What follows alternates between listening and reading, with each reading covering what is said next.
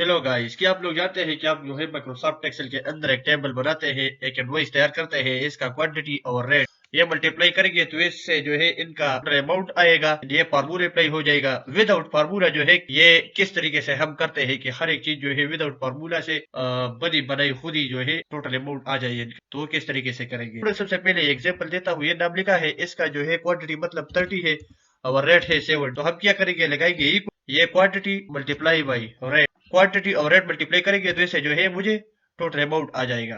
ये इस पर जो है मैंने फार्मूले अप्लाई किया। दूसरा जो है मैं डेटा एंटर करता हूँ, मैं लेता हूँ 60। हमारे साथ ये चांस ये है कि मैं यहाँ से ड्रैग एंड ड्रॉप को इनका रेट टोटल अमाउंट आ जाएगा, या ड्रैग एंड ड्रॉप नहीं करूंगा तो दोबारा फार्मूले अप्लाई करूंगा, equal to quantity multiply by rate. एक और ये तरीका है, या ड्रैग एंड ड्रॉप है।